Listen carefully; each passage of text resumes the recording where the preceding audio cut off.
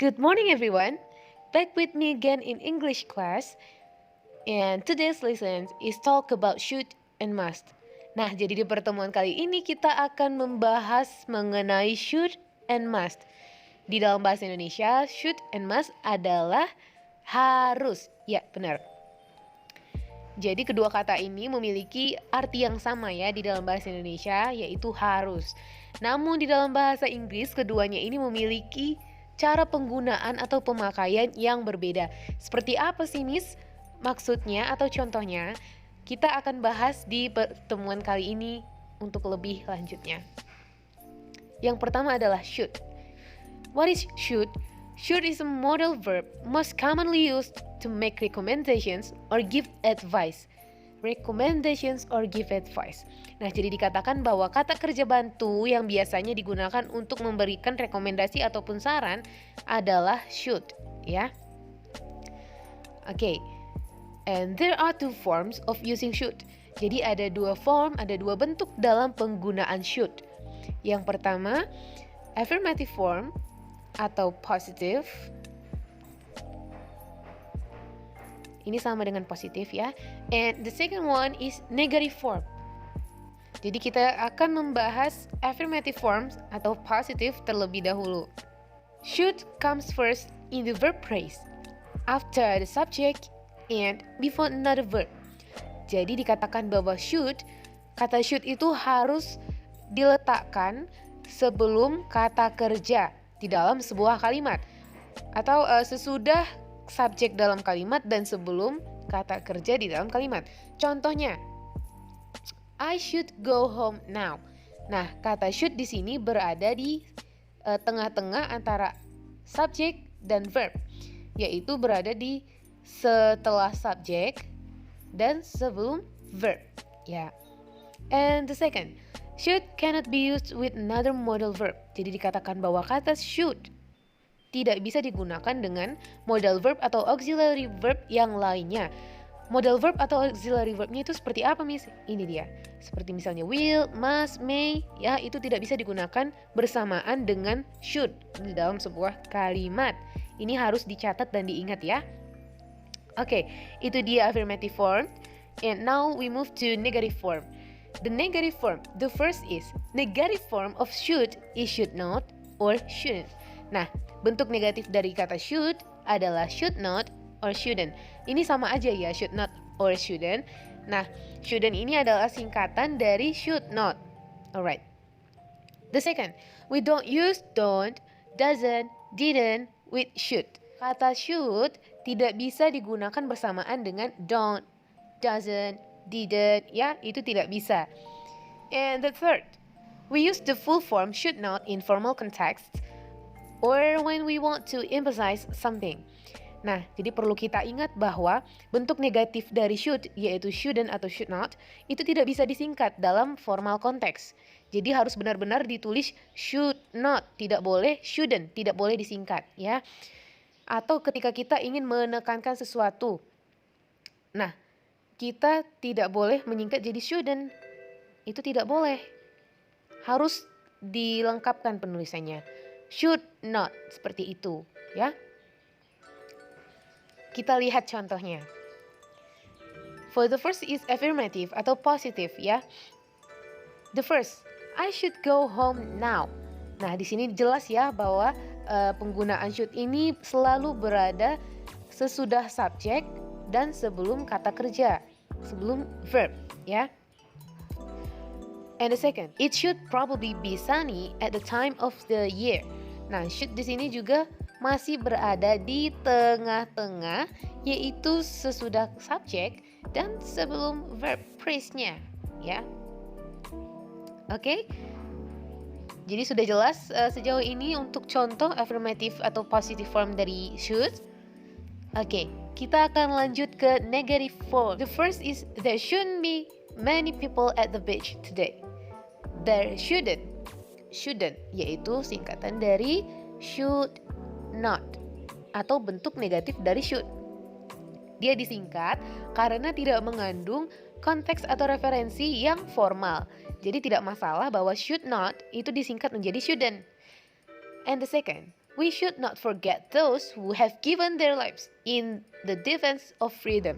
Nah, di sini should not atau bentuk negatif dari should tidak boleh disingkat karena ini merupakan konteks formal. Jadi setiap konteks yang formal itu should not tidak bisa disingkat sama sekali. Harus benar-benar ditulis dengan jelas should not, ya. Alright.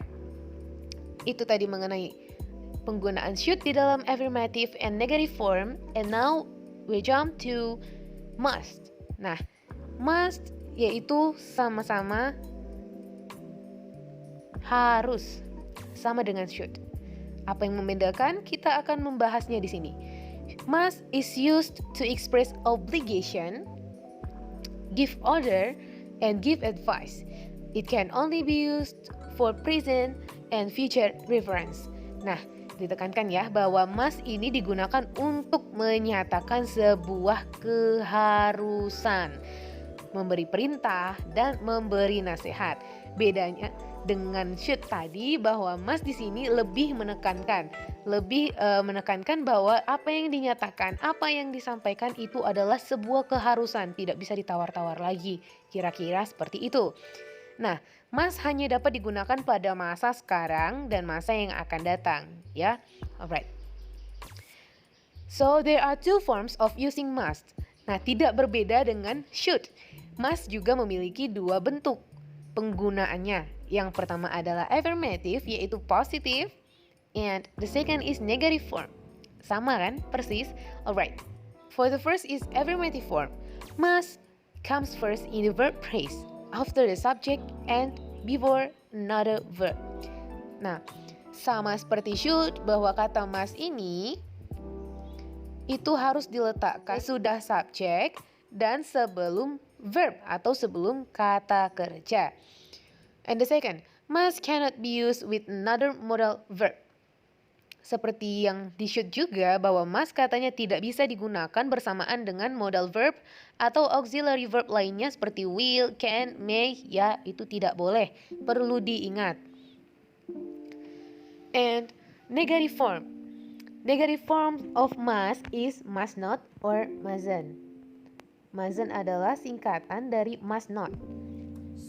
We don't use don't, doesn't, didn't with must. Nah, sama dengan should bahwa must ini tidak bisa digunakan bersamaan dengan don't, doesn't, didn't. Ini juga perlu diingat.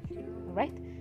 Karena sudah ada bentuk negatifnya, yaitu must not atau mustn't. Jadi tidak ada atau tidak boleh menggunakan don't, doesn't, dan didn't lagi. Okay?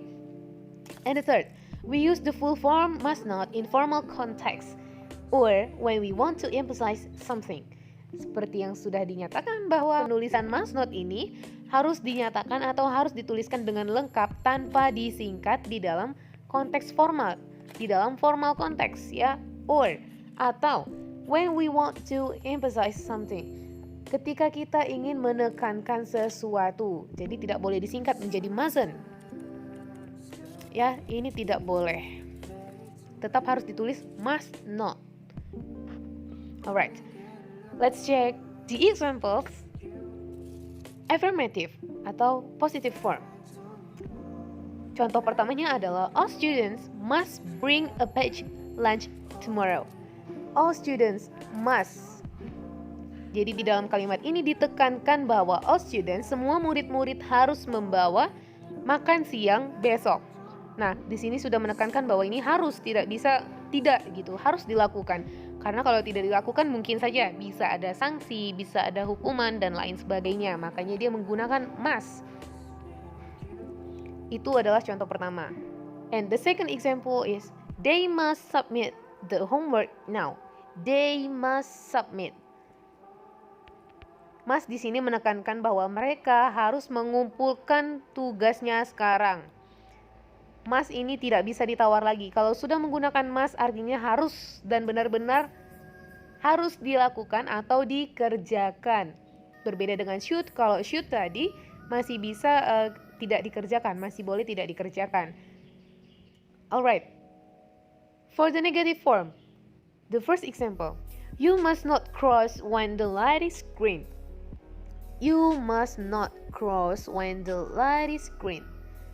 Kamu tidak boleh menyeberang saat lampu lalu lintas berwarna hijau.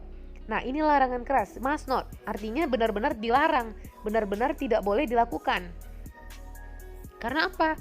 Bahaya ketika kita menyeberang saat lampu hijau, ya, seperti itu.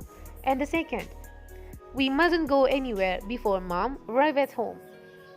We mustn't. Mustn't adalah bentuk singkatan dari must not. Ya, di sini bisa disingkat jadi mustn't karena tidak merupakan formal konteks atau konteks yang formal. Jadi boleh menggunakan mustn't. Alright, so far any questions, students? Okay, so it's all about the use of must and should in this meeting today. So if you have any questions, you can contact me directly. Thank you.